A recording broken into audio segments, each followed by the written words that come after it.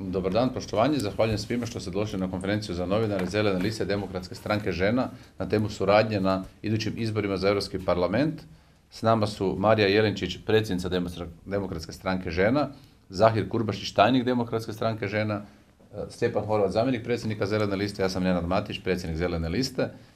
Približavaju se evo parlamentarni izbori.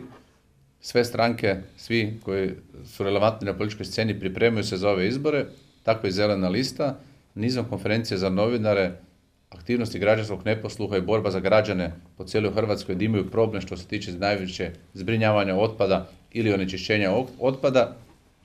Nismo koncentrirani samo na te teme zaštite okoliša, održivog razvoja, gospodarenje otpadom, obnovljivih izvora energije, energetske obnove zgrada, zdrave prehrane, brige o kućnim ljubimcima, nego vodimo brigu i o nizu drugih stvari. Imali smo konferencije za novinare i o nekim drugim temama, a zasigurno jedna od tema koja je vrlo važna i koja je i za nas jedna od najvažnija, a mislim da nam Europska unija tu dobro dođe, nas Europska unija tjera da te standarde dignemo, su i prava žena u Republici Hrvatskoj i njihov položaj u društvu.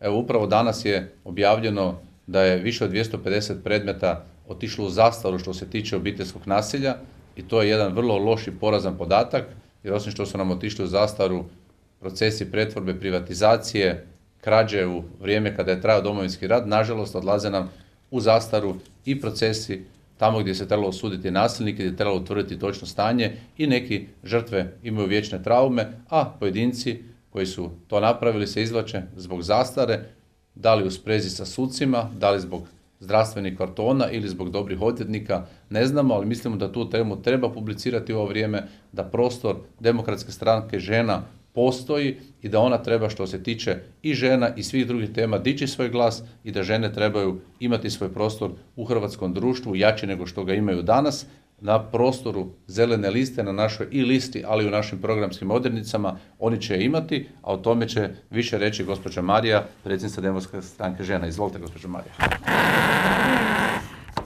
Pa ja bih rekla da je Europska unija naša stvarnost. Zašto sa zelenom listom? Pa upravo zato što mi recikliramo otpad, a ne povijest.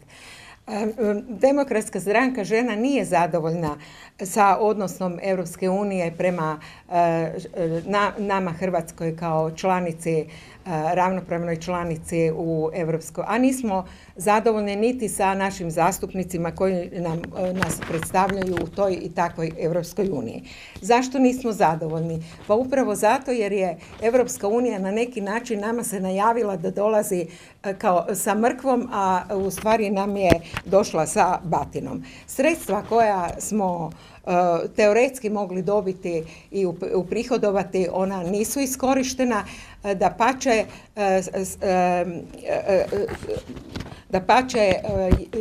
127 milijuna eura je prikazano od strane ministra Tolušića da smo iskoristili više nego je korigirala i sama Europska unija.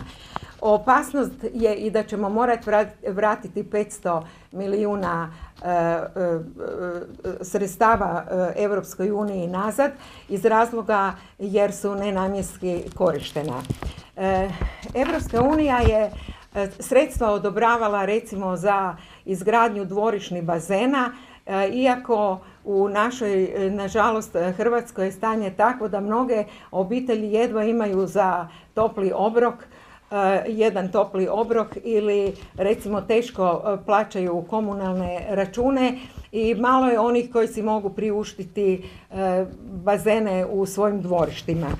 Financirala se također i obnova fasada i sanacija objekata od kulturnog značenja. Međutim, ako Europska unija želi nama dobro, ona bi trebala nama pomoći da se podigne proizvodnja. Nažalost, u ovih 5 godina se nije izgradio niti jedan pogon, a niti jedna tvornica u Hrvatskoj. Europskoj uniji mora biti stalo da ojača svoje siromašnije članice. Ako govorimo o širenju tržišta, onda Europska unija je itekako proširila svoje tržište na bivše republike SFRJ doći, mi sa svojim robama ne možemo konkurirati zahtjevnom tržištu Europske unije. Nama trebaju skromnija tržišta, ali sa manje zahtjevna, pa i izvan Europske unije. Još bih rekla da nismo zadovoljni niti sa parlamentarcima koji nas tamo zastupaju, jer nisu dočekali, pa čak ni pozdravili oštećenike RBA zadruga koji su došli tamo na prosvjed ispred parlamenta u Brisel, jer nije dovoljno da samo šetamo kudove po briselskim ulicama, a da zapravo okrećemo leđa problemima. Spomenula bi i nametnute nam proizvodne kvote koje nam je nametnula Europska unija upravo za robe sa kojima bi mi mogli konkurirati na europskom zahtjevnom tržištu. Posebno bi napomenula tu šećer i mlijeko, jer mi imamo 3 šećerane koje su, kako bi rekla, kvalitetne proizvodnje, a nažalost one ne rade punim kapacitetima.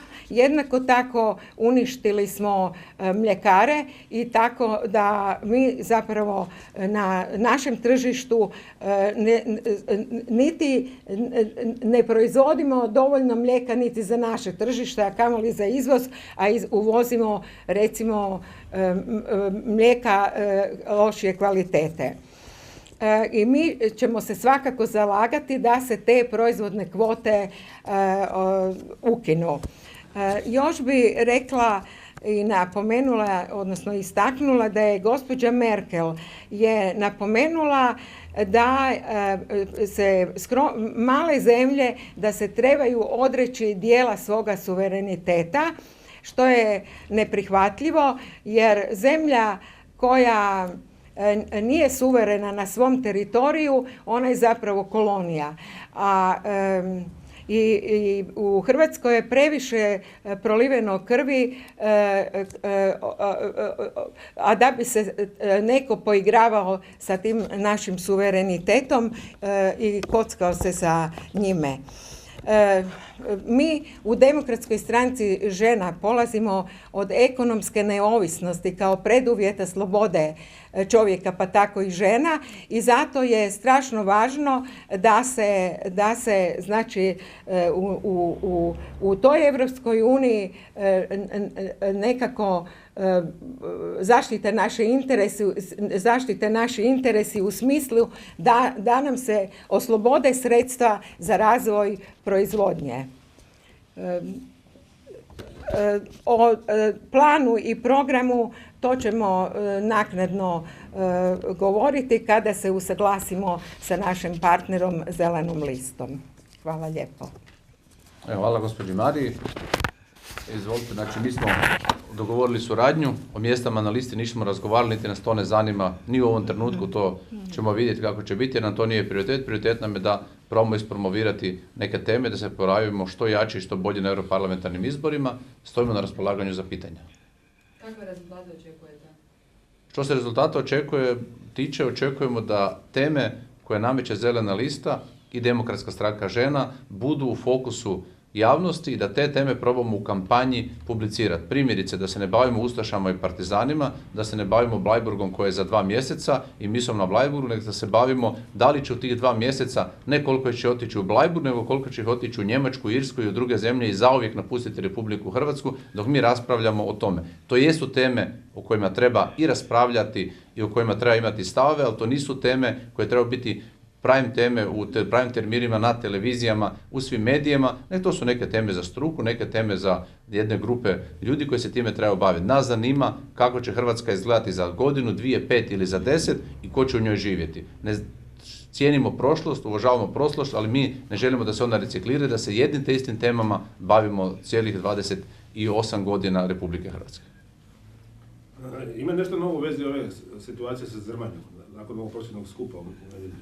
Pa nema noviteta, ministarstvo se nije očitovalo, niti je i jedan službeni bilo kakav odgovor došao od bilo koje institucije, niti nama, niti udruzi Eko Zrmanja, ali ono što će sigurno biti novosti kada pojačamo prosvjede i kada prosvjede napravimo u Zadru, a onda nakon toga i u Zagrebu, onda će sigurno morati i Vlada Republike Hrvatske i resorni ministar donijeti odluku, ali ono što ima od novosti da primjerice smo najvjerojatnije uspjeli u Jastrebarskom, prosvjed smo također radili ispred ministarstva, maknuti pogon za preradu opasnog i bezopasnog medicinskog otpada iz Jaske, tvrtke Remondis, i da on neće biti u Jaski. To su nam neke informacije da je tu ministarstvo popustilo, da su dali negativno rješenje. Pa evo, mali uspjeh građana, mala pobjeda građana u borbi protiv velikih lobija koji se bave proizvodnjom, odnosno koji se bave preradom otpada i žive od otpada. Hvala. I ako nema više pitanja, zahvaljujemo na konferenciji za novinare i počastit ćemo vas u obližnjem kafiću koji ste zapičeni.